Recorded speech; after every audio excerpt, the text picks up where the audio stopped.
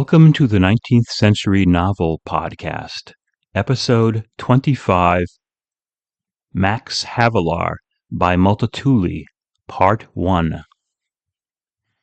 Imperialism was the driving force politically and economically of the major European powers in the 19th century. France in Africa and Indochina, the Netherlands in Indonesia and the Caribbean, Spain in Cuba and the Philippines, Germany in East Africa, Belgium in the Congo, and Britain just about everywhere else.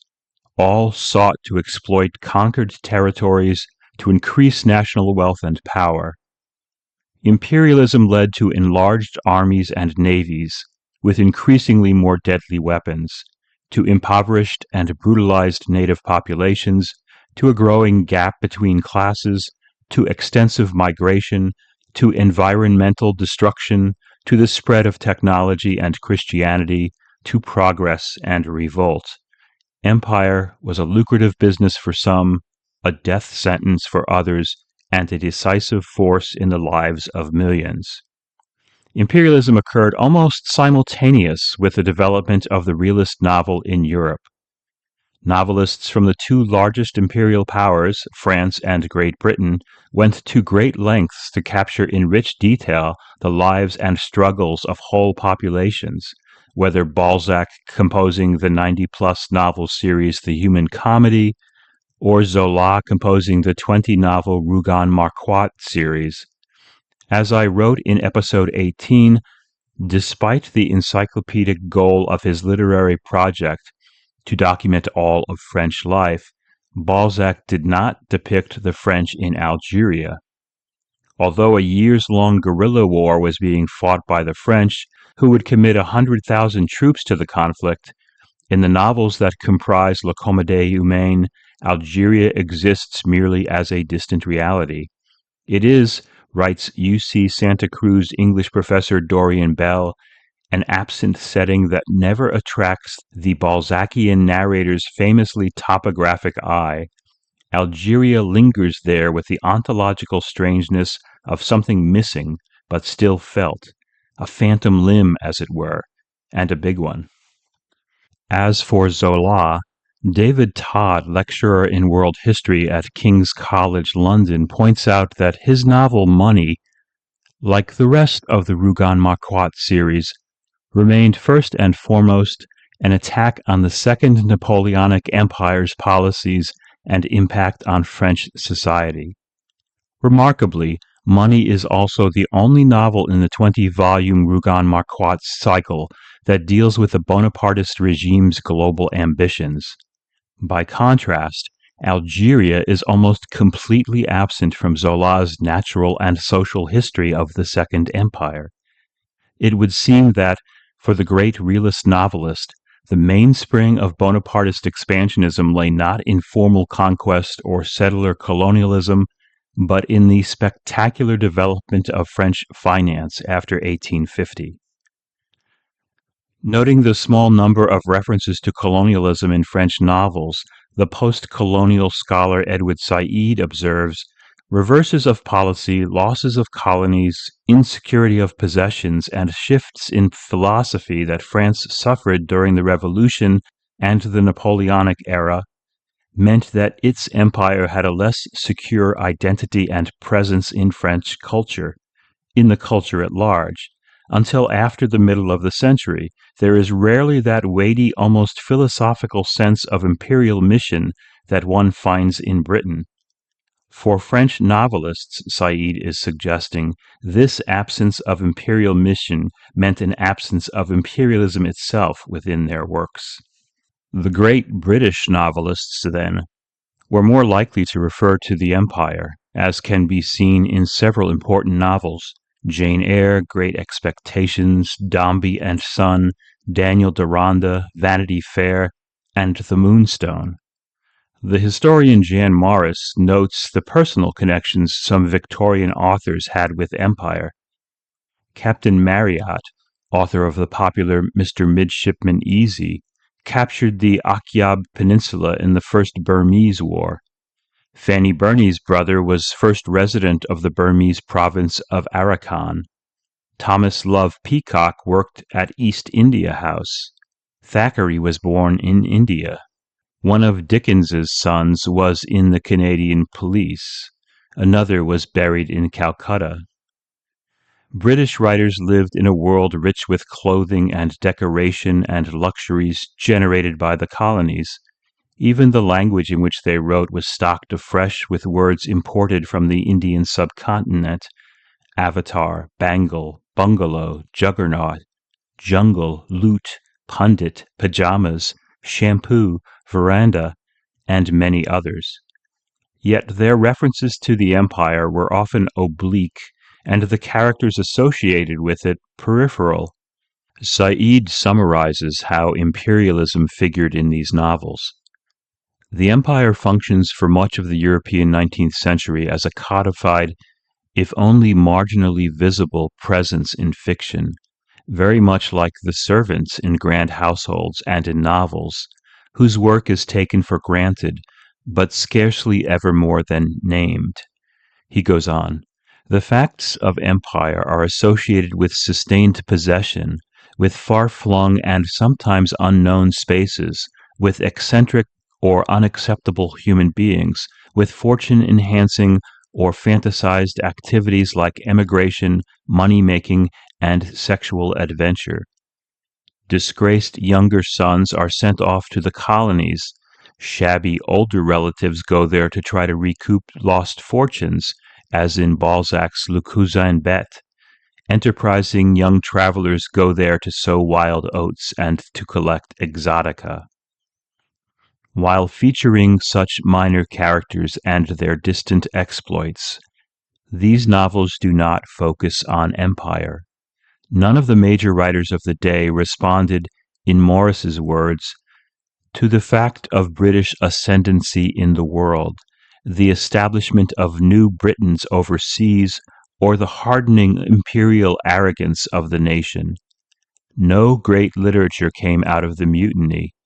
Nobody wrote the sagas of the imperial families, generation succeeding generation on the distant frontiers.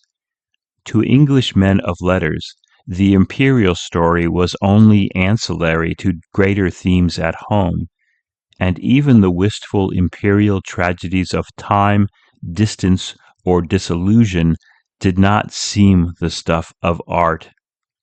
19th century European novelists composed encyclopedic volumes, often 700 pages or more, examining class systems from top to bottom, concerned themselves with the destructive impact of class division and power, commented on often rigid gender boundaries, and considered the lives of men and women in just about every profession and location, from peasants to princes, from rural villages to crowded metropoles. As a commercial product and artistic achievement, this new and popular art form was without precedent, and the 19th century novel continues to cast an influence over our culture, not just in contemporary novels, but popular movies, TV serial dramas, even narrative video games, and, yes, podcast series. All can be traced back to that simple combination of pen, ink, paper, and the novelist's imagination. And yet the force which shaped the way Europeans lived, imperialism, is nearly invisible in the 19th century novel. No important 19th century novel is set in the lands of empire, and none explore with any depth the impact of imperialism at home. Some characters with imperial backgrounds appear, often as comic figures within these works. Some characters prosper and some suffer due to the socioeconomic impact of empire. Some characters leave their homelands to disappear within empire, and imperial subjects sometimes appear within the imperial homeland, often as mysterious and dangerous figures. But empire is always a peripheral concern, something that appears in the background, something that can serve as a convenient plot device, but not a thematic concern. It can make an appearance in disguised form, as in Mary Elizabeth Braddon's Lady Audley's Secret. It's a concern in some popular fiction, such as the many popular Indian mutiny novels. Imperial settings can provide an exciting background to adventure tales, such as those by H. Rider Haggard. But not until the end of the century did serious literary artists depict the distant lands ruled by European nations, notably Rudyard Kipling writing mostly in defense of the British in India. A genuine and critical and literary depiction of imperialism did not appear until the 20th century, with the publication of Joseph Conrad's Heart of Darkness. Only an outsider, it seems, the Polish-born Conrad, whose career as sailor took him to Southeast Asia and Africa and Latin America, could faithfully depict and critically investigate imperialism, and this only after imperialism had reached its zenith and been subject to significant criticism. Or, as Said explains, in the closing years of the 19th century, with the scramble for Africa, the consolidation of the French imperial union, the American annexation of the Philippines, and British rule in the Indian subcontinent at its height, empire was a universal concern. A half-century before Conrad, though, one writer looked critically at imperialism, a writer and a novel now virtually forgotten outside of the Netherlands. The novel is Max Havelaar, published in 1860. The author, Multatuli, the pen name of Edward Dowes Dekker. Note, in discussing this novel, I'll try to refer to the author as Multatuli. I'll call him Dekker when referring to the historical figure who adopted this pseudonym. This book's obscurity, its absence from the canon of 19th century fiction, has several causes. First, it's written in Dutch by a Dutch author, and the Netherlands has no literary tradition to compare with the great 19th century novels written in Great Britain, France, and Russia. Second, the subject matter, an examination of the colonial policies in the Dutch East Indies, doesn't easily fit into the model of the 19th century novel, with its emphasis on family and class, on life in London and Paris and St. Petersburg, or in a country estate, a rural village, an isolated farmhouse. Third, the novel's aesthetic doesn't fit the conventions of the realist novel. In fact, Max Havelaar is more postmodern than realist, having more of a late 20th century aesthetic than a 19th century one. Fourth, it's an odd, idiosyncratic book. Sometimes such books, for example Lawrence Stern's 18th century novel Tristram Shandy, manage in their brilliance to overwhelm contemporary expectations. Sometimes, after its initial rejection by contemporary readers, an idiosyncratic, a rule-breaking novel such as Moby Dick can be recovered years or decades later. And sometimes, as is the case with Max Havelaar, it lingers on the margins, perhaps never to be given its due, read and respected by a small number of readers more cultish than canonical. Admittedly, my perception rests on an Anglophone bias. In some countries, Indonesia and especially the Netherlands, Max Havelaar is a well-known masterpiece. To one critic, his presence in modern Dutch literary history nearly overwhelms both his contemporaries and those who have followed after. Another critic describes its continuing resonance within contemporary Dutch culture. We have a Multatuli journal, a Multatuli encyclopedia, a Multatuli museum, and a Multatuli statue in Amsterdam. The novel has been made into a film, as well as a musical. Since 1988, fair trade coffee has been known in the Netherlands as Max Havelaar coffee. Clearly, in the Netherlands there's a multitude of Multatulis.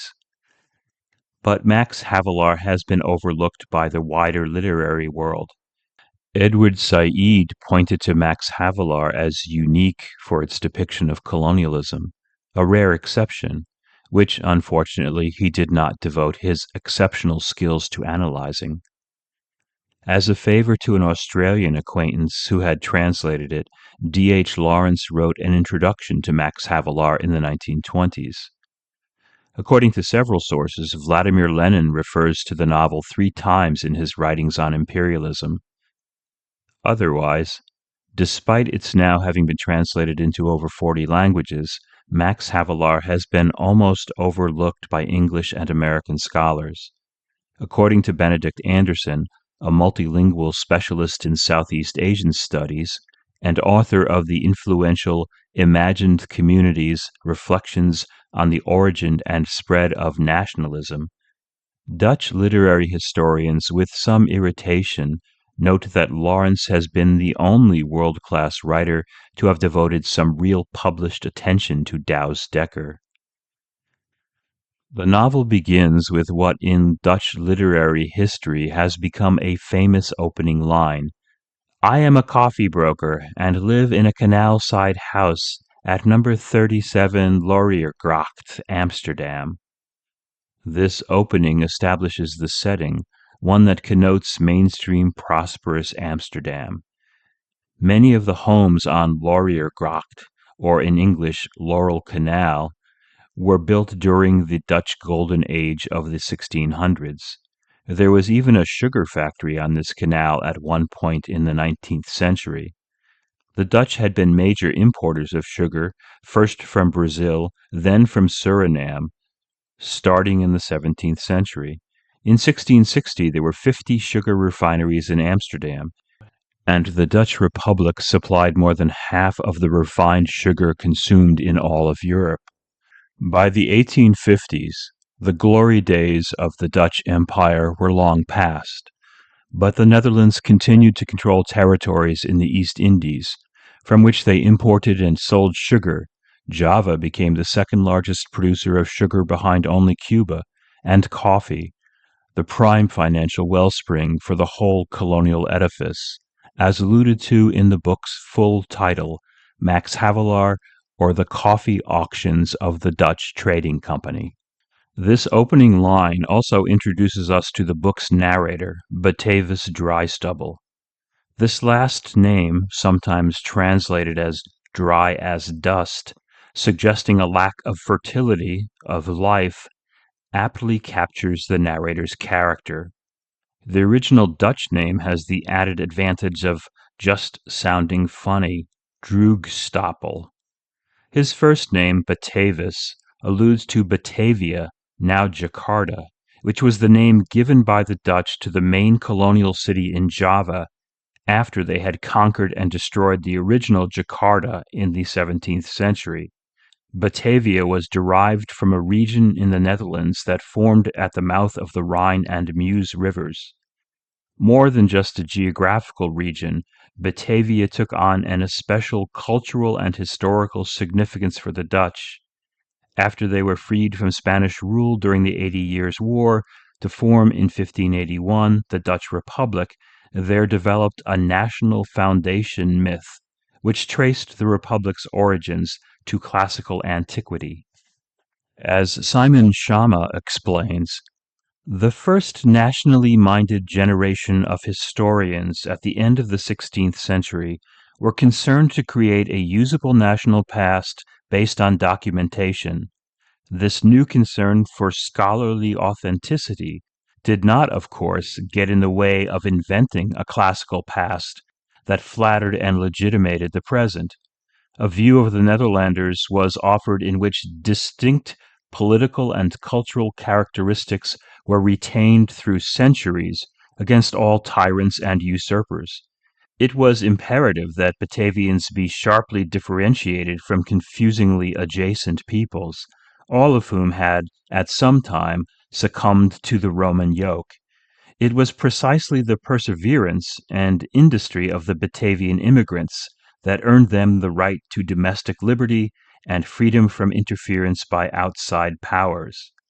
From just about any classical source that made mention of Batavians, the Dutch humanist philosopher and theologian Hugo Grotius put together a version of Batavian history that was at once flattering and instantly recognizable. Not surprisingly, They turn out to be hardy, frugal, industrious, pious, brave, hospitable, if a trifle bibulous, and addicted to cleanliness and liberty, most of which characteristics are exhibited by Drystubble. Their unconquerable status was acknowledged by their special exemption from tribute payments to Rome. The cumulative effect was to suggest that by the fall of Rome, a Batavian nation was already in existence. According to this pre-formation version of national identity, most of the special characteristics by which the Dutch differentiated themselves from other peoples were present in embryonic or incipient form in ancient Batavia. By name, the character Batavus is connected both to the mythic founding of the Netherlands and to its most important colonial territory, marking him as quintessentially Dutch. In addition, his address tells us he is a prosperous burgher. He lives in a canal-side house, after all, involved in the financial side of the coffee trade. He identifies himself by his address and profession several more times in the next few pages. Doing so reveals his pride, but also his need to assert himself, to establish and re-establish his authority. This identification also hints at his shallowness. All he is a coffee broker who lives in a canal-side house at number 37 Lauriergracht, Amsterdam. Surprisingly, this shallow burgher is writing a novel, that is writing the very book we're reading, even though he tells us he's never written anything resembling a novel, and admitting, "I don't even care to read the things because I am a man of business. For years I've been asking myself, what is the use of them? And I am amazed at the impudence with which a poet or storyteller dares to palm off on you something that never happened, and usually never could happen." Nothing in literature, in other words, has the substance and solidity of a coffee broker who lives in a canal-side home at number 37 Lauriergracht, Amsterdam. In a kind of 19th century anti-wokeism, Drystubble goes on to criticize children's literature, faulting its many falsehoods. He criticizes one popular fairy tale for beginning with the phrase, "sweet babies," when in fact his own siblings were anything but sweet. "My little sister Trudy, who had pink eye," or "my brother Garrett, who was forever fiddling with his nose." Depictions of parents and pets likewise are targets of disapproval, as he preferred his neighbor to his father, and didn't have a dog because "they're filthy creatures." He complains that children are reared with nothing but lies, and he cites several national myths they're taught in school when they should instead be taught the truth. That the Netherlands has stayed the Netherlands because our forefathers took care of business and because they had the true faith. For Drystubble, everything comes down to God and Mammon. As a result, he complains that popular literature falsely depicts virtue being rewarded, noting that, even though he is himself virtuous, his reward comes not from this behavior, but from his business acumen. For Drystubble, anything that exceeds the bounds of consensus, or offers an alternative to the undisputed facts of Dutch commercial culture, is repudiated as dangerously false. The cold morality of religion and the amorality of business are the defining features of this culture and the guiding principles of Batavus Drystubble. For example, about a virtuous old warehouseman who's been a reliable worker for many years, Drystubble says, "Poor he is, and poor he'll stay. That's how it was meant to be. I can't help him. We need young people."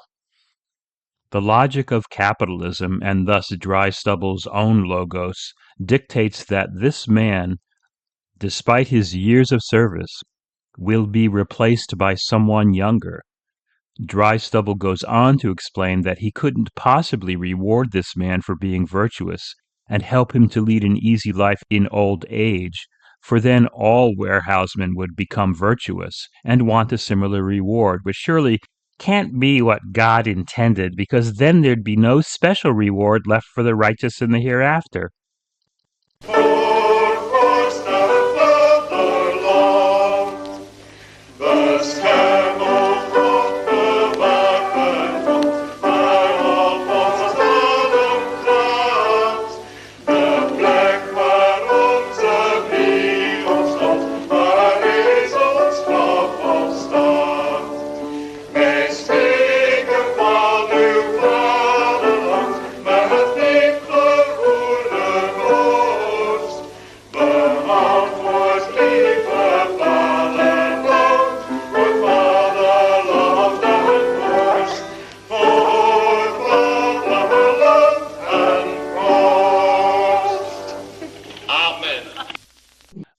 The first chapter concludes with a picture of Drystubble's business card, which alerts us to the general weirdness of this novel, the feeling that aesthetically anything goes.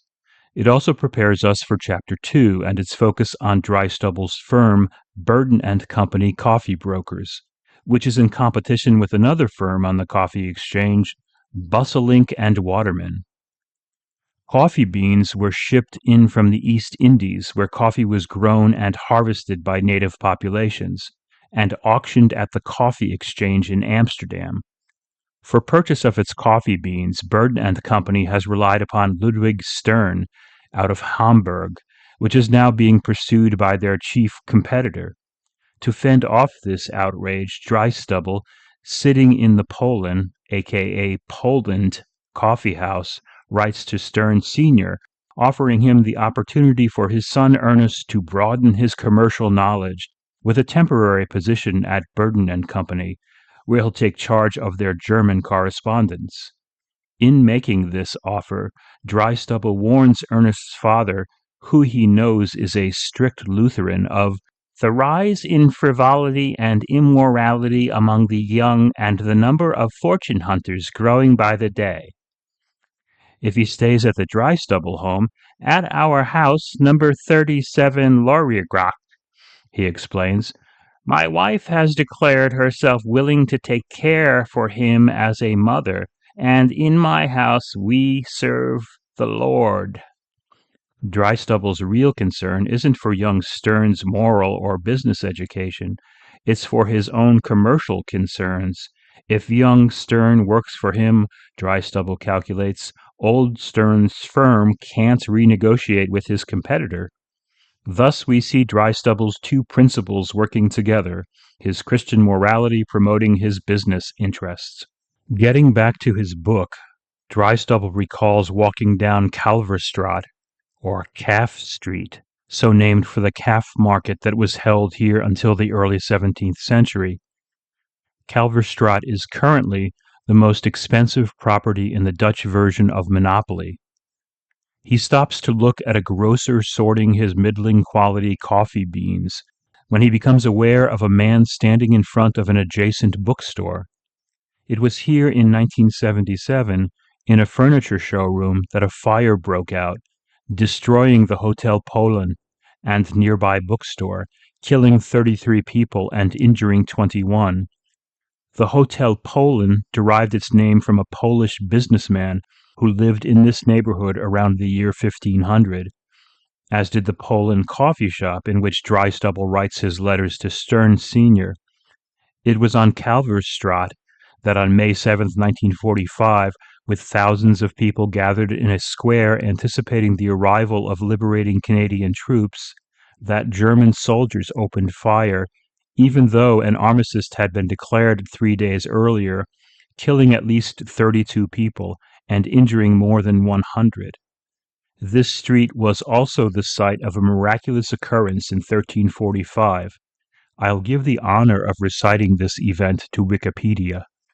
Tradition speaks of a dying man in the Kalverstraat who had vomited the consecrated sacred host, together with food that he had consumed before it. This took place after he had been given the viaticum, communion for the sick, by a pastor. The vomit, including the consecrated sacred host, was thrown into the fireplace in such a situation because of church regulations. When they wanted to light the fire the next morning, the consecrated host turned out to be intact in the ashes. A woman then brought the miraculous host to the pastor of the St. Nicholas Church, but the next day the host was miraculously returned to the house in Kalverstraat. This would have repeated itself twice. It was interpreted as a sign from God that the miraculous host should not be venerated in the parish church, but in that holy place with its own shrine. To this day, a silent procession takes place each year to commemorate the miracle of the vomited host. Less miraculous, though equally queasy to Drystubble, is the encounter with the stranger standing outside the bookstore, to whom he gives his business card, a man whom he notes is wearing a shawl rather than an overcoat, and whom he discovers is an old schoolmate, now down on his luck, which causes Drystubble to think to himself, I have no liking for the poor. More often than not, it's their own fault. Our Lord wouldn't forsake a man who's been a faithful servant. He regrets stopping to listen to this man, although acknowledging that if he hadn't, you wouldn't now be reading this book as it resulted from this encounter. Drystubble doesn't immediately leave because of their past connection, because this man had saved him from a troublesome encounter. When 16, Drystubble had been encouraged by his peers to talk to an attractive 18-year-old Greek girl at her family's market stall. The nervous Drystubble stumbled into the stall and was apprehended by the girl's father, who intended to turn him over to the police. It's at that point that his 13-year-old schoolmate intervened, receiving a sound beating from the Greek, but freeing Drystubble. Now, just as he had done when young, Drystubble flees, not before his old acquaintance has time to reveal that he's recently been in the Indies, but quickly enough to avoid the acquaintance's attempt to seek a favor. The next day at work, Drystubble learns that this former mate had come to see him, causing Drystubble to consider removing the children from school, because it's simply too tiresome being pursued 30 or 40 years on by a schoolmate who wears a shawl instead of a coat. The following day he receives a large parcel and a letter from the man he has taken to calling Shawlman. Seeking to relieve his poverty, this man has turned to Drystubble to help him publish his verse. Needless to say, Drystubble has little interest in, and in fact has contempt for poetry, for its sentiment and artifice. But with no return address and no returned creator, he's stuck with Shawlman's manuscripts. At a gathering at the home of the Rosemeyers, whom Drystubble tells us are in sugar, he discovers that his son Fritz has made the Rosemeyers' daughter cry, not by pinching her as Drystubble initially suspects, but by reciting Shawlman's verse.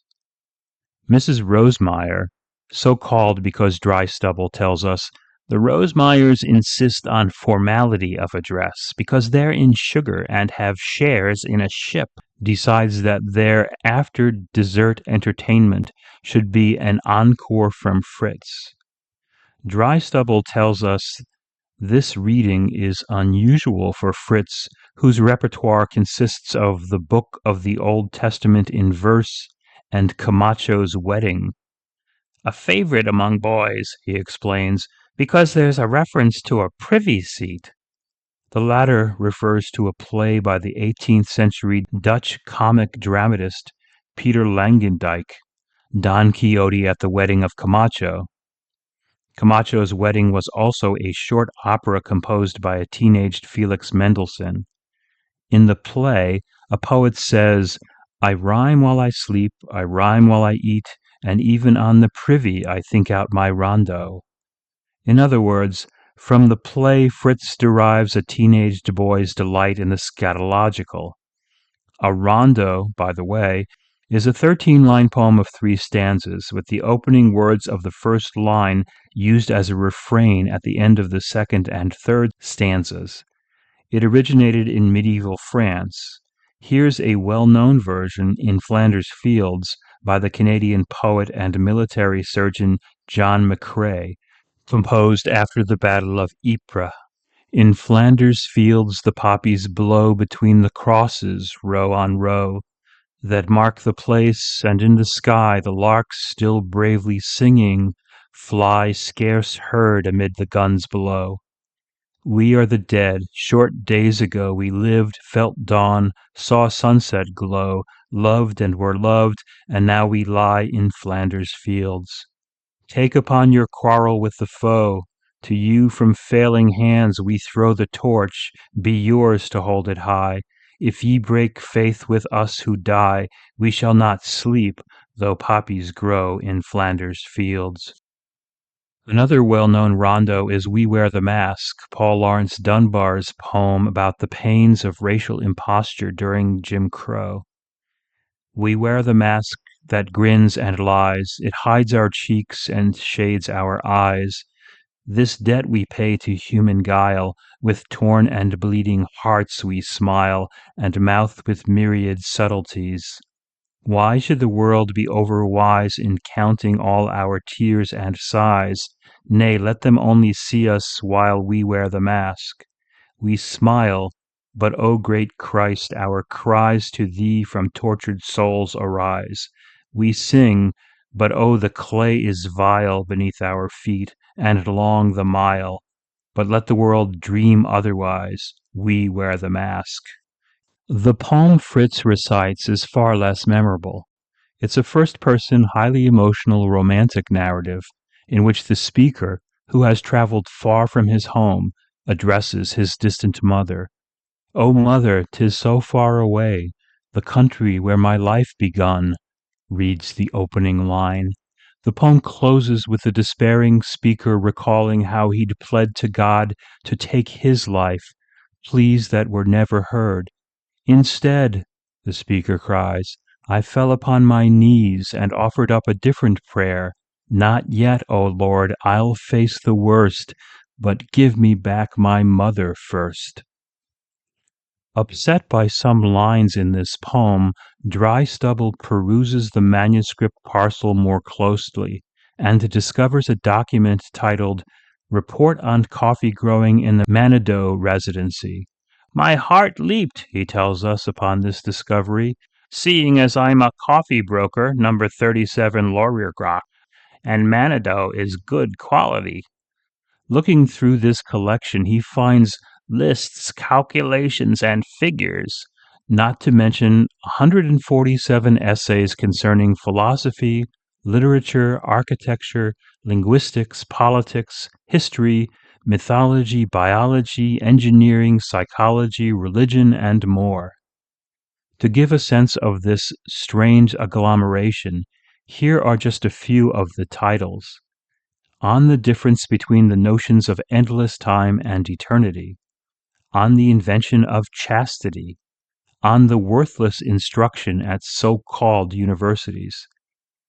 There are many titles concerning the East Indies, on agricultural contracts in Java, on folk literature in Javanese rhapsodies, on opium licensing in Java, on the man-eating Batak and headhunting among the Alfuros, on the Malayans' dislike of the Javanese, on palm wine in the Moluccas, on the unpopularity of rice mills in Java, on the power of the British Empire outside Europe, on the decline of civilization since the emergence of Christianity.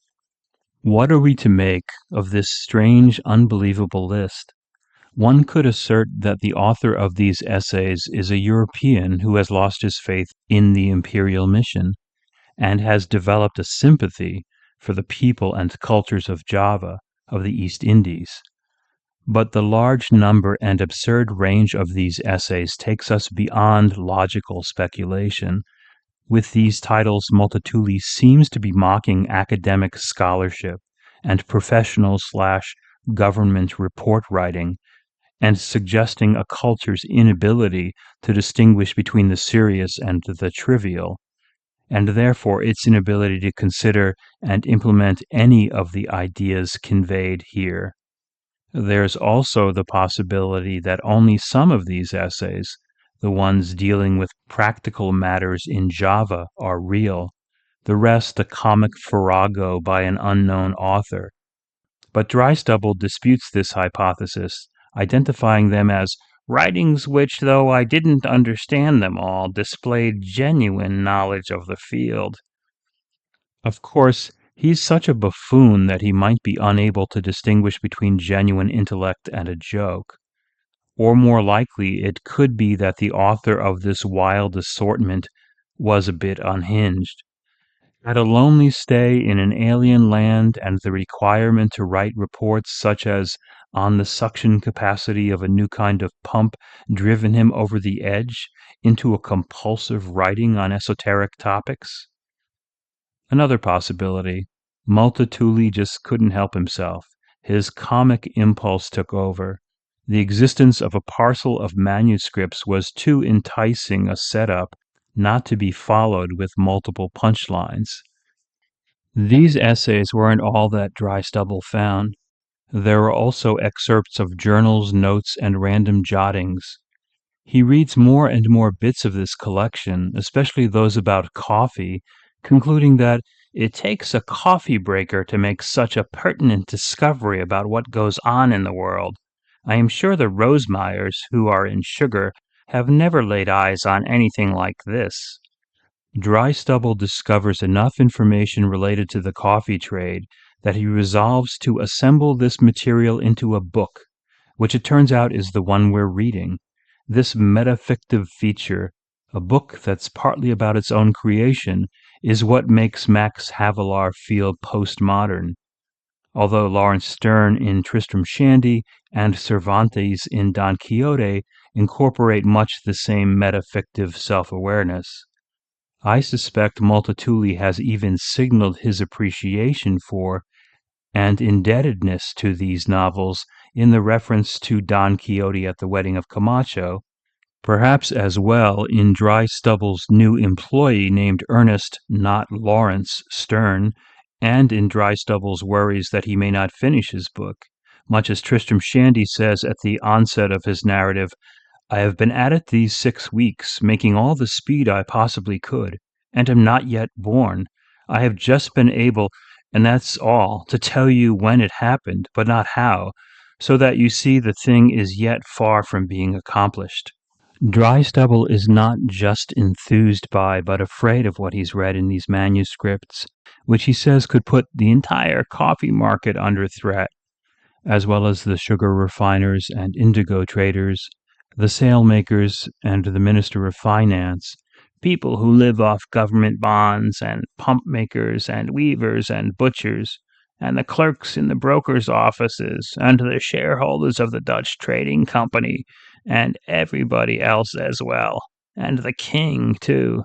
Yes, especially the king. Drystubble seems to have discovered in the manuscripts something that threatens Dutch overseas trade in coffee, sugar, and indigo, and threatens almost the entire economic structure, revealing just how intertwined imperialism in East Asia was with virtually every aspect of everyday life in the Netherlands. In accomplishing his task of assembling these manuscripts into a book, Drystubble is faced with the question all authors face: how to sort and arrange these materials in a suitable way. He decides that Sterne will write it with the assistance of his son Fritz and daughter Marie, under his supervision, according to these 11 rules. 1. That Sterne will provide a few chapters each week. 2. That I would change nothing in his writing. 3. That Fritz would correct his grammar. 4. That I would write a chapter now and then to make the book look more substantial. 5. That the title would be The Coffee Auctions of the Dutch Trading Company. 6. That Marie would make a fair copy for the printer. 7. That the finished chapters would be read out at our weekly gatherings. 8. That all immorality would be avoided. 9. That my name would not appear on the title page because I am a broker. 10. That Stern would be allowed to publish German, French, and English translations. 11. That I would send Shawlman a ream of paper, a gross of pens, and a large bottle of ink. Before going further, though, Drystubble seeks assistance from Shawlman for some of the foreign vocabulary and allusions. Tracking him to a poor flat, he encounters Shawlman's wife, a woman with an aristocratic bearing, though down at her heels, her possessions have just been repossessed. A woman who seems appallingly to Drystubble to have no respect for gender and class conventions. She wears not a dress or a skirt, but a length of dark flowered fabric wound round her body several times, quite tight around the hips and knees. What Drystubble discovers afterwards was some kind of East Indian costume which they call sarang. And Drystubble reports that her hair was pulled back Chinese fashion and tied in a sort of knot. Besides objecting to her unseemly attire, the middle-class patriarch Drystubble is bothered by her self-possessed air as she moved about, as though she weren't in the least embarrassed. She did none of the things people usually do when a dignified-looking stranger turns up on their doorstep. The sense we get is of a woman whose stay overseas has disabused her of middle-class Dutch conventions, a figure whose independence and difference disconcerts Drystubble. Her husband has struggled to keep a job, having just recently been fired from a Brussels newspaper because his politically radical articles led to the papers being confiscated at the French border. But Shawlman does contact Stern and help him through some of the manuscript's obscurities. And so, at this point, declares Drystubble, I must ask my reader to wade through the following chapters, after which I promise you something by me, Batavia Drystubble, coffee broker, Burden and Company, number 37, Lauriergracht.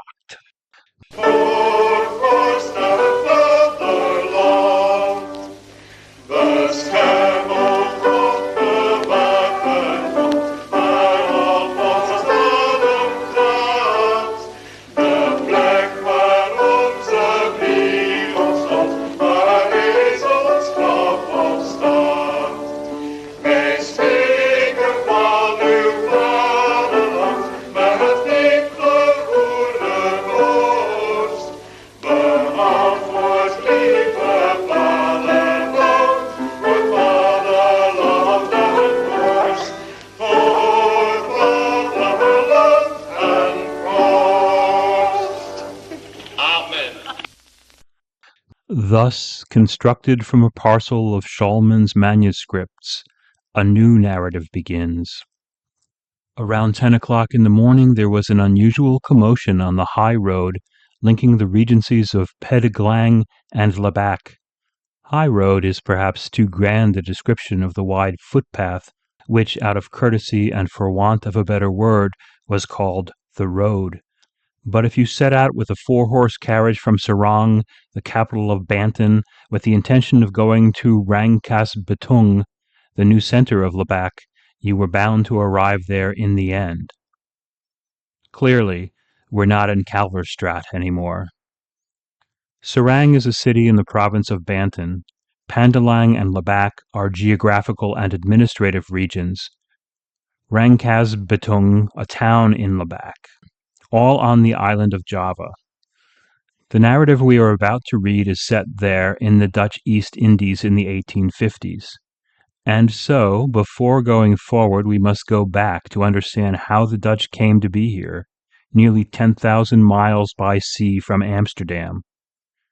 What was called the Dutch East Indies consisted of a series of large islands, including Sumatra, Borneo, and Java, what is now Indonesia, though the island of Borneo is split between Indonesia, Malaysia, and Brunei.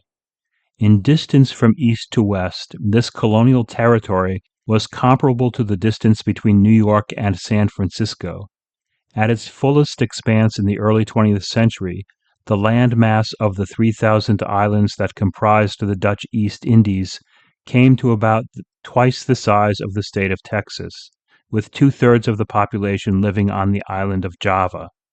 Much of the remoter parts of these lands, though, were never strictly under Dutch control.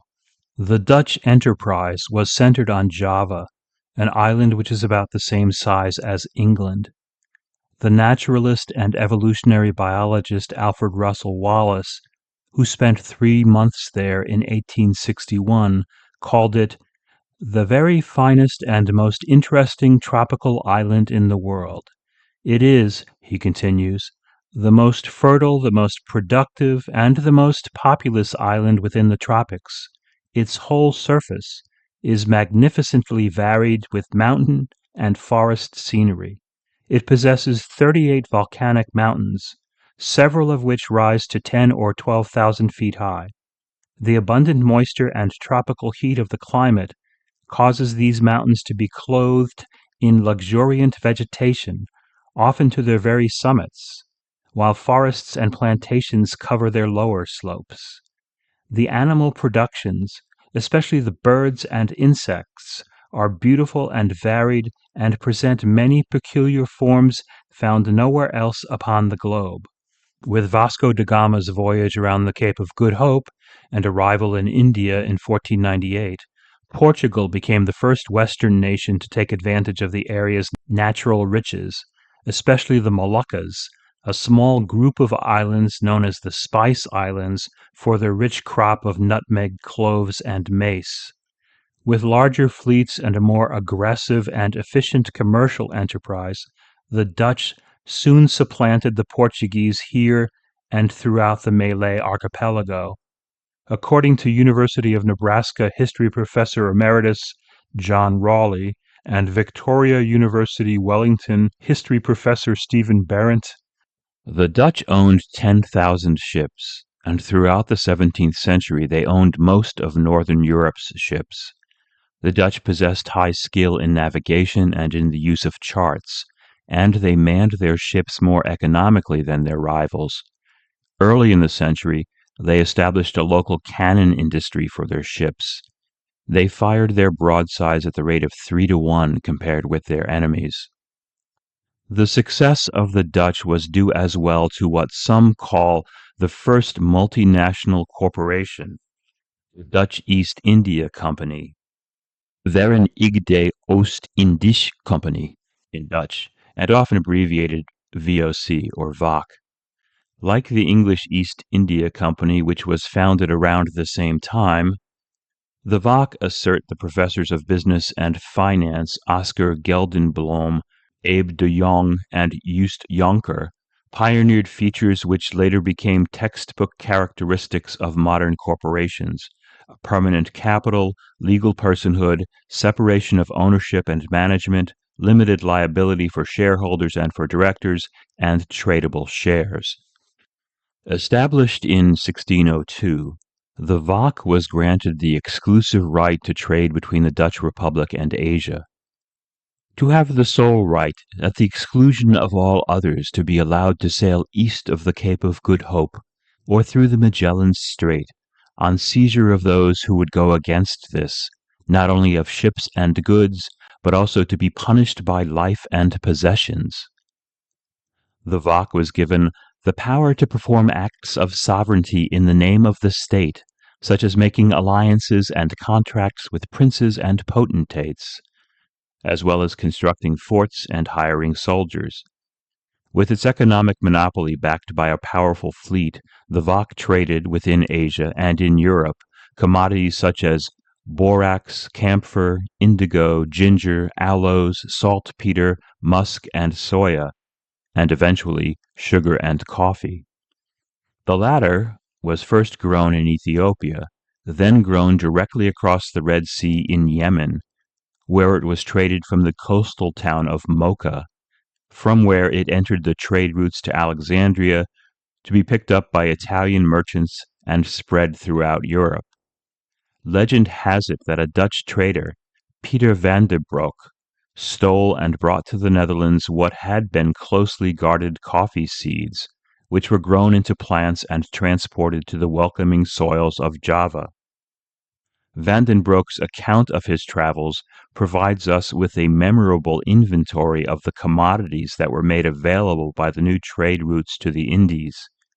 He describes merchants laden with fine and coarse cotton clothing, indigo, cloves, nutmeg, mace, pepper, cinnamon, sandalwood, aloes wood, elephant's tusks, ambergris, civet, porcelain, Chinese silks, sugar, rice, tobacco, coconuts, male and female slaves, and dried and preserved ginger. He also presents us with what is alleged to be the first Dutch reference to coffee. Kaowa, a kind of small black bean like the bitter beans of the birthwort, from which they make black liquid which they drink hot. Perhaps the first European reference to coffee appears in a German botanist's 1582 volume, Leonhard Rauwolf's Travels into the Eastern Countries. Rauwolf describes coffee as a very good drink that is almost as black as ink and very good in illness, especially of the stomach. This they drink in the morning early in the open places before everybody, without any fear or regard, out of china cups, as hot as they can, sipping it a little at a time.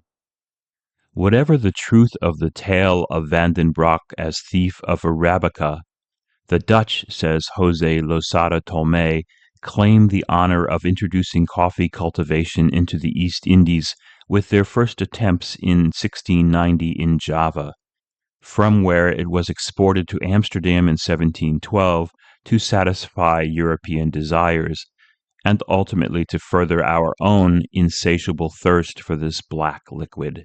But this thirst would not be satisfied by the Vach. At the beginning of the 18th century, the company found itself in the position of the most powerful military and political sovereignty in the Indies. As a corporation virtually independent of the government of the Dutch Republic, writes Justus M. van der Kroef, political science professor at the University of Bridgeport, having under its control half of the island of Java, the Moluccas, parts of Sumatra, and the Lesser Sunda Islands, with an indigenous population of more than 1 million souls, with trading posts as far north as Japan. But as van der Kroef explains, within the powerful Vach, individual and institutional corruption went unchecked. With its hereditary bureaucracy, its own currency, army, navy, and flag, the company became a state within a state, a tight-lipped oligarchy which successfully repulsed any investigation of its activities. The Vach decline was further due to increasing competition in the spice trade, particularly from England and France. At the same time, the last of the 4 Anglo-Dutch wars was economically and militarily ruinous for the Dutch, leading in 1800 to the bankruptcy and dissolution of the Dutch East India Company. Just as the Vach failed, so did the Dutch Republic, replaced in 1795 by the Batavian Republic, supported by and modeled after the revolutionary French Republic. From 1806 to 1810, the Kingdom of Holland became an extension of Napoleon's France. In 1815, the Congress of Vienna established the Netherlands, led by a monarch, King Willem I. The southern part of the Netherlands broke away in 1830 to become the nation of Belgium. The situation in the East Indies was also unstable. From 1811 to 1816, as a result of the Napoleonic Wars, the Dutch East Indies were controlled by Britain. After Napoleon's defeat, the Dutch regained the East Indies, but only by ceding South Africa, Ceylon, and parts of India to Britain, and only after agreeing to ending the slave trade, a concession the British demanded, not merely out of moral principle, but for the sake of their financial principle. As Evelyn Sint Nicolaas, senior curator of history at the Rijksmuseum, argues, the British feared unfair competition if its prohibition were to be dropped the moment the colonies came into the possession of the Netherlands once more. While the international trade in slaves was abolished, the practice of slavery continued. It took until 7 May 1859 before the abolition law intended to end slavery in the Dutch East Indies was signed, Nicholas reveals. Its implementation followed in phases, and slavery continued to exist in parts of Indonesia far into the 20th century. From 1825 to 1830, in what has become known as the Java War, the Dutch fought to suppress a rebellion led by the Javanese Prince Diponegoro. Using colonial troops from the Indies and troops brought in from Europe, in what turned into something like a jungle guerrilla war, the Dutch at last defeated the rebellion.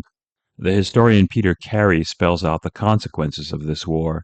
2 million Javanese, or one-third of the total population, were exposed to the ravages of war. 1/4 of the cultivated area of Java sustained damage, and about 200,000 Javanese died. The Dutch also suffered. 8,000 European troops and 7,000 Indonesian soldiers who fought for the Dutch were killed. The end of the war left the Dutch in undisputed control of Java, and a new phase of colonial rule began, with the inception of the culture system. This term was mistranslated from the Dutch. It should more accurately be called the cultivation system. But since scholars have persisted in using the mistranslated word culture, so will I.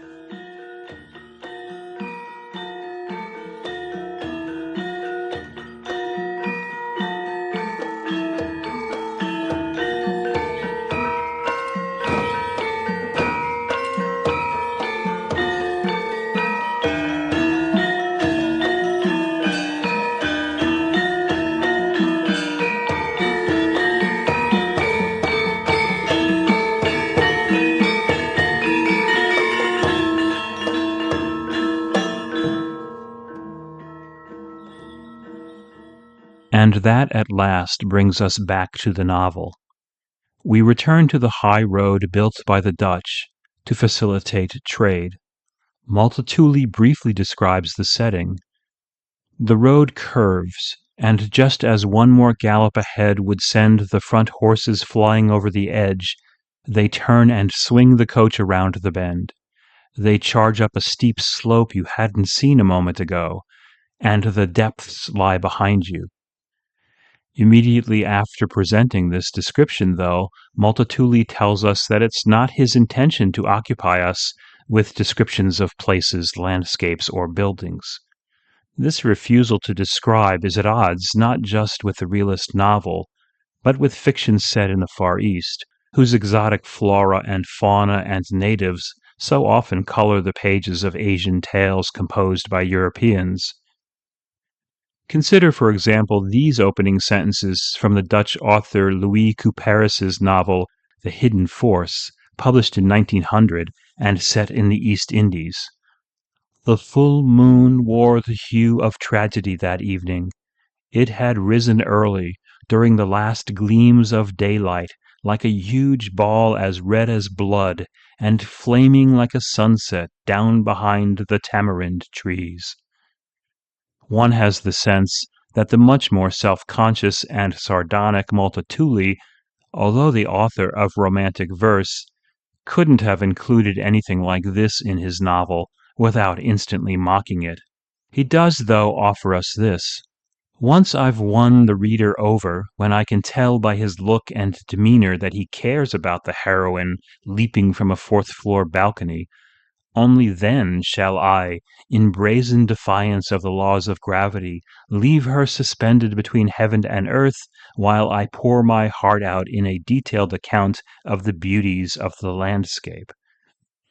That he offers us no such account is not surprising.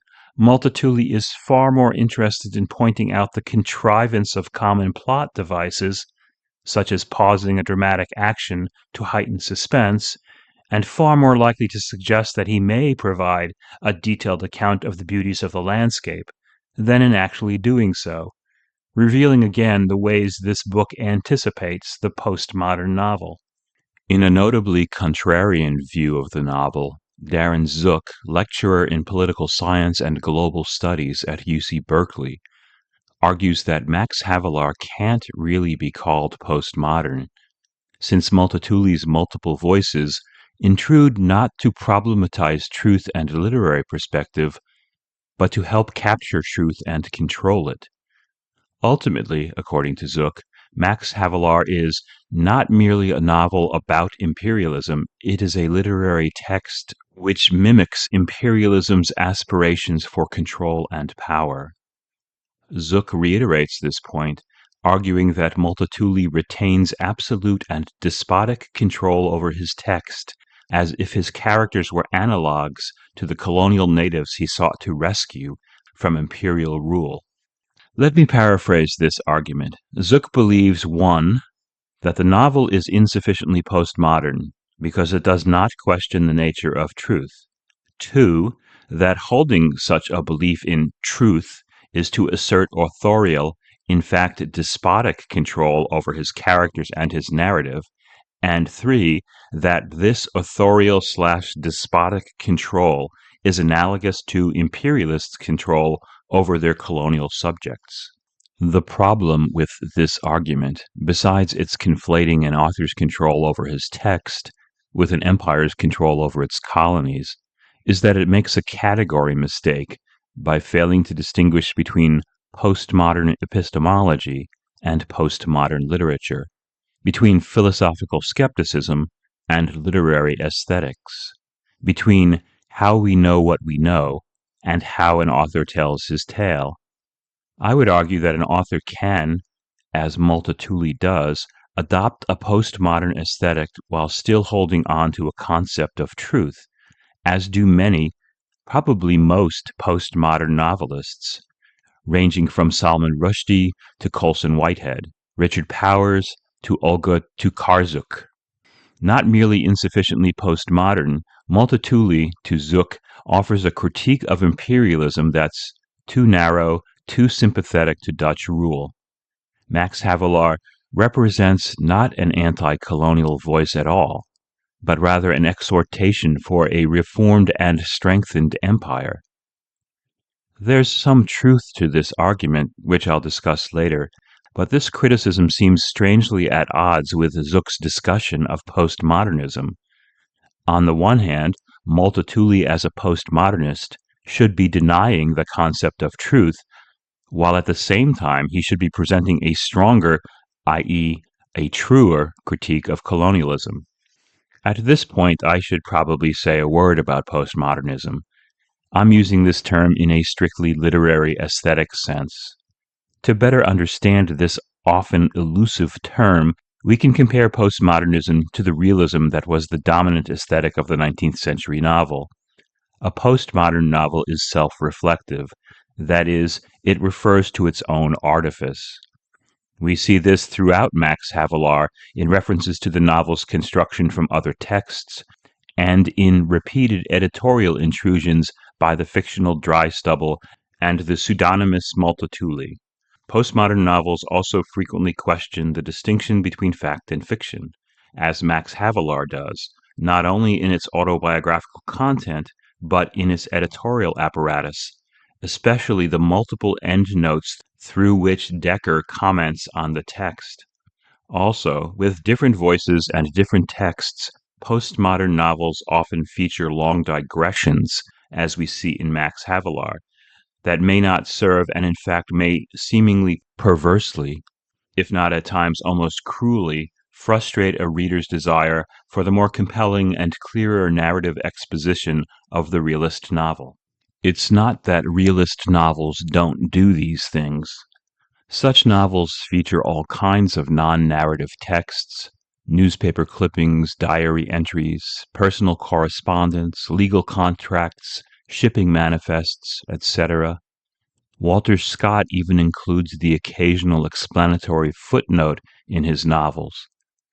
These works also often see authors intruding into the text with one comment or another. But when an author like Balzac interrupts his narrative to make an observation about Renaissance art or to criticize bourgeois Paris, we get the feeling that he and other realist novelists who do similar things can't help themselves, They're overtaken by an enthusiasm and interest that they can't fold into the narrative proper, or else they feel compelled to more strongly emphasize, say, a moral point through the weight of their authorial ethos. In the realist novel, we often feel an author hovering over the book, almost looking over our shoulder, a reassuring presence who appears at times to guide us through its pages, most often as a voice of reason and common sense, and paradoxically, a voice meant to convince us of the reality of fiction. In a postmodern novel, such as I believe Max Havelaar is, the author isn't like a Dickens or a Thackeray, a felt but unseen presence who steps in at moments to make an important pronouncement, or offer an unavoidable comic side note, or reinforce conventional belief against the troubles raised by the narrative. Instead, he's always there, entangled with us and entangling us in his novel. In postmodern novels, the author's presence makes readers aware of the fiction they're reading, ensnaring them in a creative labyrinth, one that presumably more accurately conveys the constructed and piecemeal nature of reality than does the more straightforward realism of the realist novel. Another reason that Multatuli is so sparing in his use of realistic details is simply that he's more interested in describing the island's political situation than its topography. So when a crowd is gathering to greet the arrival of the new assistant resident for the region of Labac, Multatuli explains the administrative structure in which this new administrator, the assistant resident, will administrate. Part of Java is run by native chiefs, princes and princelings who have acknowledged the suzerainty of the Netherlands, and part is directly subject to administration from the Netherlands. The colony is headed by a governor-general. Beneath him are departments, each headed by a director. Beneath them are the residents, who once represented Dutch interests in the courts of native princes, but who now, the native princes subsumed under Dutch authority, serve as regional rulers and are the actual administrators of Dutch rule. The territory controlled by each resident consists of several regions, each headed by an assistant resident, who is assisted by a controller. In addition to these positions, all held by Dutch officials, there is in each region a regent, that is, a native chief of high rank, who, although receiving a salary from the Dutch, is often related to the princely family that used to rule supreme in that area. Since this administrative structure is important for understanding the novel, and since it might seem confusing, especially when listening to a podcast, at the risk of repetition, I'll offer another explanation of the system, this from the famous naturalist and evolutionary biologist Alfred Russel Wallace. The mode of government now adopted in Java is to retain the whole series of native rulers from the village chief up to princes, who, under the name of regents, are the heads of districts about the size of a small English county. With each regent is placed a Dutch resident or assistant resident, who is considered to be his elder brother, and whose orders take the form of recommendations, which are, however, implicitly obeyed. Along with each resident is a controller, a kind of inspector of all the lower native rulers. This ruling system, which relies on an existing hierarchy with an established elite, worked well for the Dutch in the East Indies, where, writes NYU history professors Jane Burbank and Frederick Cooper, as of 1860, a mere 190 Dutch men and many Indonesian intermediaries directed the activities of some 2 million agricultural workers. In their study of imperialism, Cooper and Burbank discuss the various strategies, or what they call imperial trajectories, empires used to retain power. Frequently such rule was maintained, as seen in the Dutch East Indies, through intermediaries. Rulers of empire set out agents, governors, generals, tax collectors, to take charge of territories they incorporated. Could they send enough of these people at sufficiently low cost to govern every village or district in a widely dispersed realm? Rarely. Most often, imperial rulers needed the skills, knowledge, and authority of people from a conquered society, elites who could gain from cooperation, or people who had earlier been marginal and could see advantages in serving the victorious power. One risk of this strategy is that established indigenous elites could appear more powerful and be granted more respect than transplanted government bureaucrats. The assistant resident is the person in charge. He receives instructions and is taken to be the head of the regency, Multatuli explains. This, however, does not detract from the native regent's far superior status, which derives from familiarity with local affairs, his high birth, his sway over the people, his financial resources, and the attendant lifestyle. All this gives rise to the curious situation where, in effect, the inferior commands the superior.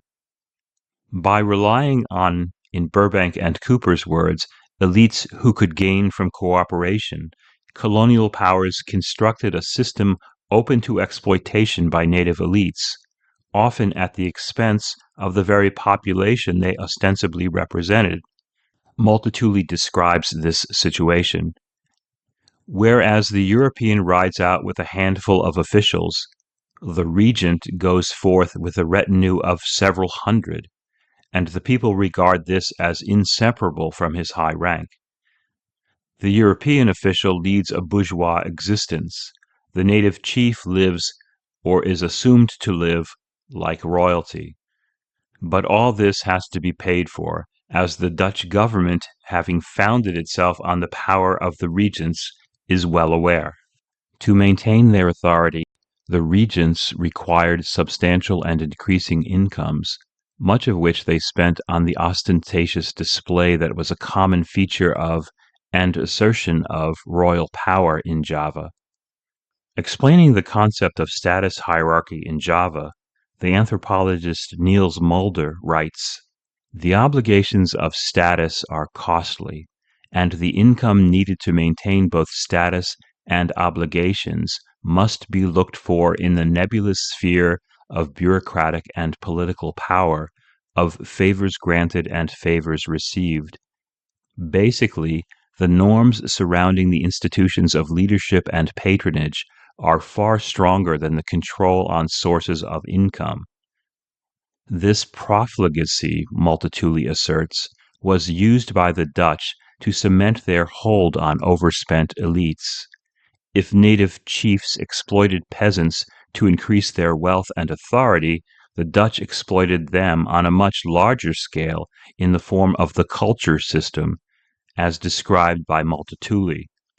Seeking to benefit from the fertile soil, the Dutch ordered the inhabitants to devote a portion of their time and effort to growing other crops, which would yield more profit on the European market.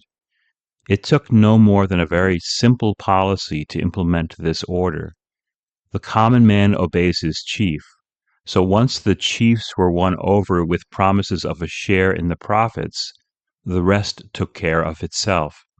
The government obliges the farmer to grow particular crops on his own land, on pain of punishment if he sells the yield to anyone other than the government, while it is up to the government to decide how much he will be paid. The cost of transport to Europe is high.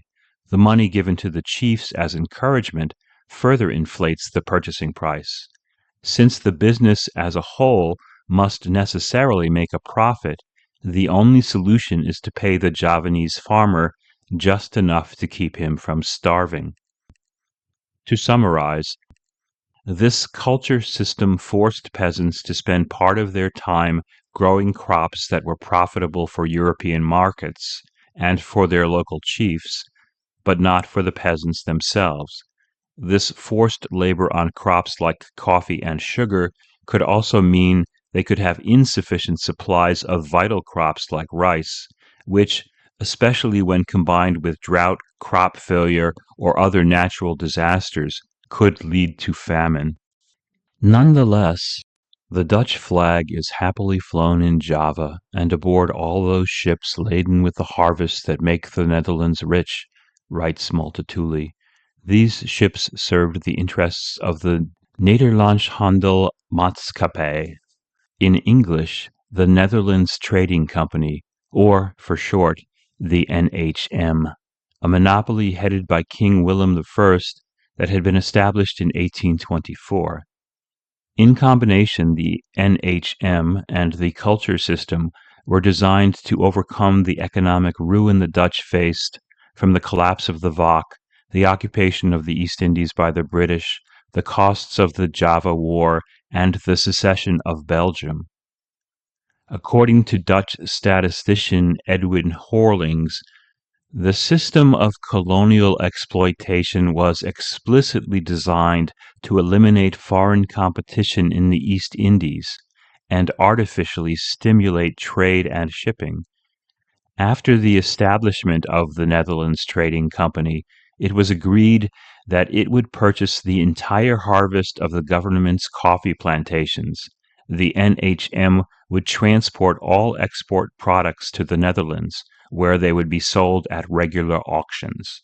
Auctions were held twice a year, which meant much coffee was kept in storage, and very large consignments were sold on the basis of a single, often unrepresentative sample.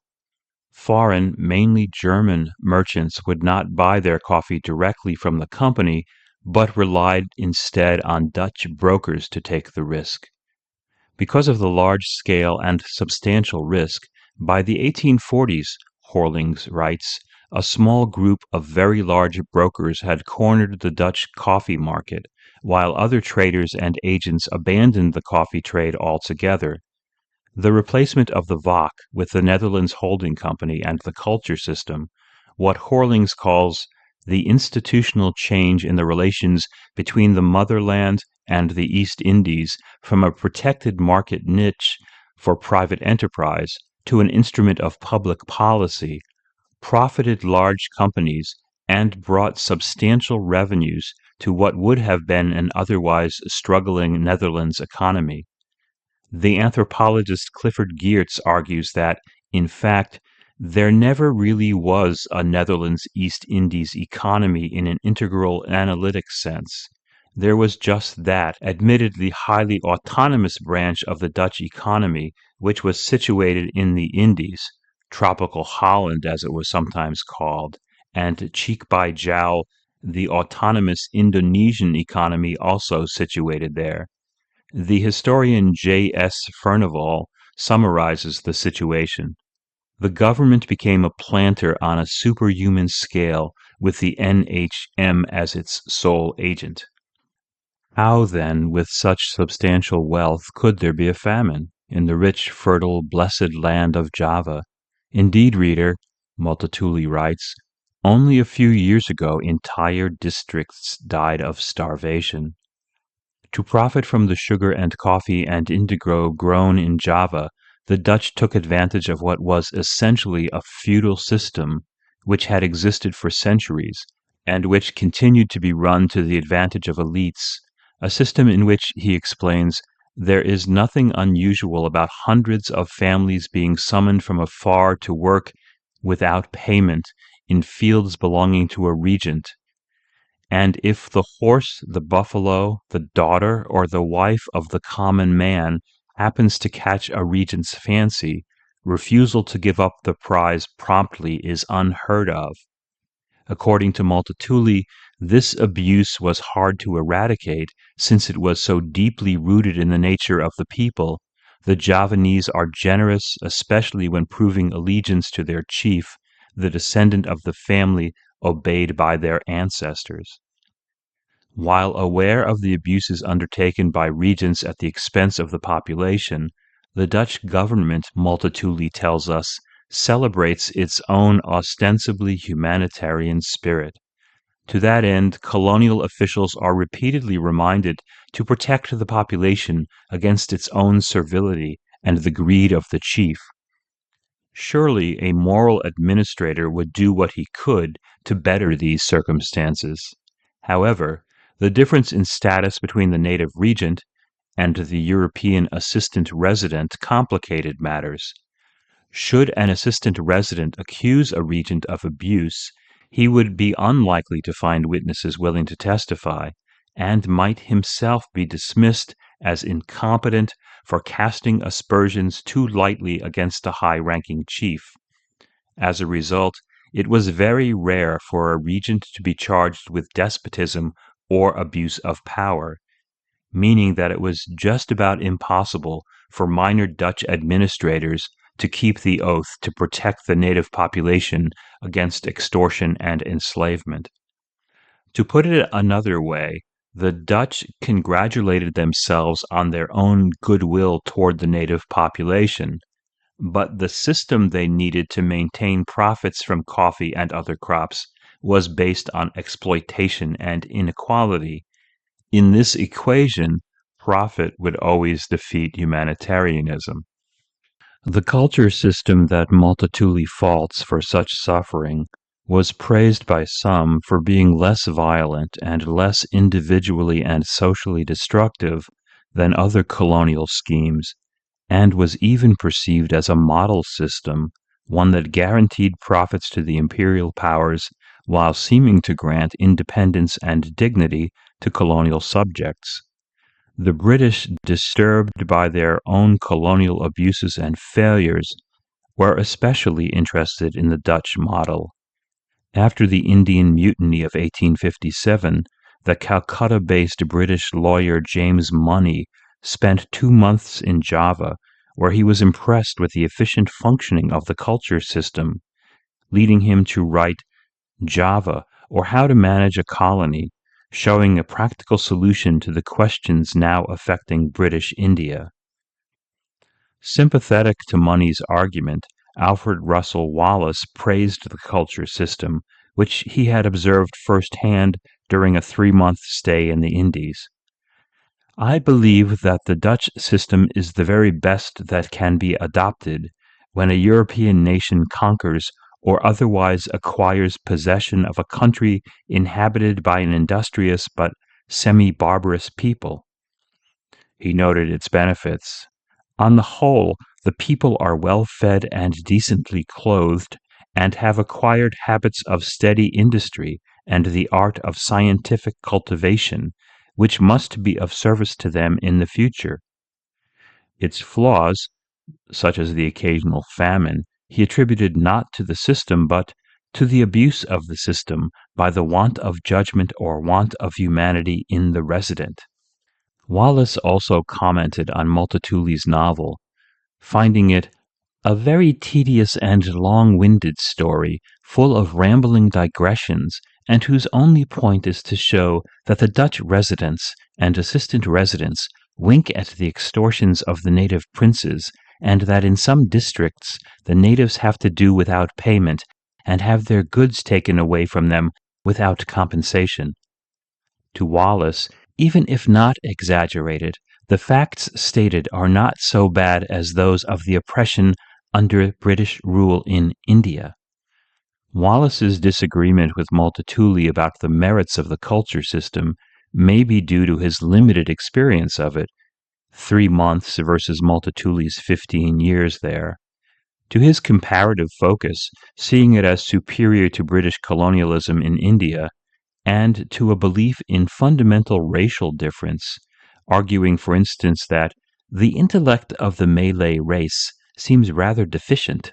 They are incapable of anything beyond the simplest combinations of ideas, and have little taste or energy for the acquirement of knowledge. Like Multatuli, Wallace recognized the oppressive and servile relations between chiefs and people, but unlike Multatuli, he believed that since these have lasted for perhaps 1,000 years, they cannot be at once abolished. However, he's not without hope that things can be improved. Some evil must result from these relations, he concludes, till the spread of education and the gradual infusion of European blood causes it naturally and insensibly to disappear. Multatuli doesn't believe this evil should persist until the Javanese have been educated in European ways or modified by European blood. The very aim of his novel is to immediately end this suffering. To that end, Multatuli documents the kind of oppressive and servile relations between chiefs and people that Wallace notes, showing us the new assistant resident for Labac being formally received in a festive gathering beneath the pendopo, an open-air pavilion supported by posts. There to greet him, along with the Dutch officials and many Javanese, is the regent of Labac, Raden Adipati Kartanada Nagara, hereafter shortened to the Adipati. Having served as regent for 30 years, he has a commanding demeanor. He is a dignified old man who could converse on many topics with intelligence and discernment. The fire in his dark eyes belied his worn features and gray hair. In conversation with him, you couldn't help feeling his pronouncements were like epistles. He is served by a young page whose appearance further conveys the pomp and majesty of Javanese royalty, a small boy charmingly attired in a blue velvet tunic and white trousers, with a golden waistband securing his lavish sarong around the hips, and an attractive printed headcloth, beneath which glinted a pair of mischievous dark eyes. As they await his arrival, Dutch officials discuss the new assistant resident, Max Havelaar. Thus, 70 pages into the novel, we hear for the first time of its titular character. This discussion shapes our perception of Havelaar. He's called a fool for his behavior 14 years earlier, when he was only 22.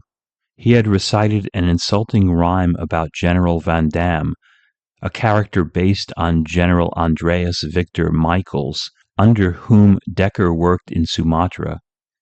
Presumably in choosing the name Van Damme, Multatuli was inspired by General Dominique Van Damme, a notoriously brutal and undisciplined officer who served in Napoleon's army and who was born and who died in a northern French town right on the Dutch border.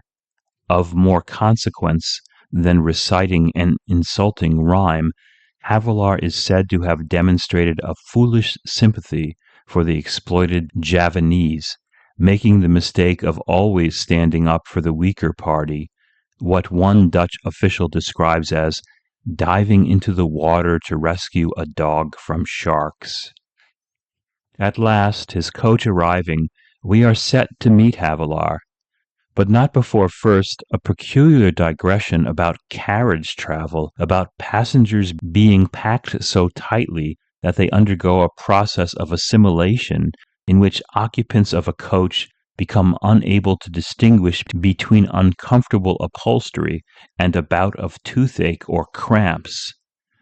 Second, speculation that our acceptance of crooked laws may derive from the crooked postures of people crammed into carriages.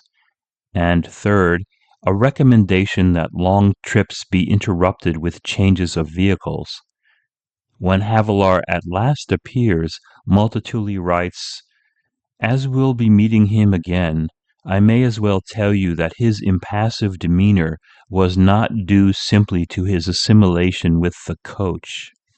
As we read this novel, we should remember that it's pieced together from various writings, including official documents, romantic verse, esoteric essays, and Havelaar's diary. We should also note that the narrator refers to himself in first person, "I may as well tell you," raising the question, who is I? Is it Stern, the compiler, Drystubble, the editor-in-chief, Havelaar himself, or is it the author Multatuli? This problem of identification is complicated further by the inclusion in the 1881 edition of 161 endnotes, 48 pages of notes in my 2019 translation, in which Dekker comments on the book, thus annotating his own novel. So we at times have to ask if the I speaking in the novel, whose identity is often uncertain, is the same I who's commenting on the novel in the notes. You can see how dazzlingly postmodern this book can be, how much it depends on multiple voicings, what the literary theorist Mikhail Bakhtin called heteroglossia. This particular feature, the novel's many styles and voices, established its place within the Dutch literary canon, its multiplicity of registers and styles, exploding the linguistic rules of the traditional. As the Indonesian-born Dutch literary critic Rob Nieuwenhuis explains, Multatuli performed the feats of renewing the Dutch language and of liberating it from conventions that had for years stifled it. Benedict Anderson describes the novel's rich variety. The book can be seen as an olio of pitch-perfect parodies of existing genres, colonial bureaucraties, Calvinist sermons, sentimental romances, bad poetry, anti-bourgeois boutades, policymaker puffery, romantic self-aggrandizement and self-abasement, Gothic intrigues, dilettante journalistic social criticism, and so on. Since parody is necessarily parasitic, its peculiar stylistic pleasures are, alas, largely untranslatable. It's the combination of the novel's linguistic virtuosity, its aesthetic invention, and its real-world concerns that have made it central to the Dutch literary canon. In the Netherlands, declares Saskia Peters, assistant professor at Utrecht University, Multatuli is revered as the nation's most important and influential writer. Characters and phrases of Max Havelaar have entered the collective consciousness, not least because the narrative deals with such emotionally charged aspects of Dutch colonial history. If the narrative's authorship can be confusing, its depiction of Havelaar is clear enough. He emanated a kind of stolid, imperturbable watchfulness, which signified breeding self-confidence and wisdom. He was very pale, and his finely drawn features were those of a man of some intellectual development, but there was a coldness to his gaze. Slim and nimble in his movements, Havelaar has large pale blue eyes, which had a dreamy look when he was calm, but shot fire when seized with a great idea. And he is smart. He was quick to grasp the loftiest, most complex manners, and took pleasure in finding answers to difficult questions. He has arrived with his wife, who, though not beautiful, was marked by a sweetness in glance and tone, with an easy manner that was an unmistakable sign of worldliness and of belonging to the upper classes of society. There was none of that stiffness and strain so typical of the genteel middle classes. Unlike many women, she set little store by social graces. And we learn her hair was smoothed back in the Chinese manner. These details are identical to the depiction of Shawlman's wife. Drystubble had been disturbed by her manner, her impudence, and disdain for convention, as well as her unconventional appearance, her oriental clothing and hairstyle. The burgher was upset by the bun. In other words, it seems the man who provided the many documents upon which the narrative about Havelaar and the novel Max Havelaar itself have been constructed, the man whom Drystubble refers to as Shawlman, is actually Havelaar. And Havelaar is in essence Multatuli, who is, of course, actually Edward Dow's Dekker, making the narrator a double or even triple Dekker. The autobiographical component of this novel is crucial, but we'll save that discussion for later. For now, we return to Java.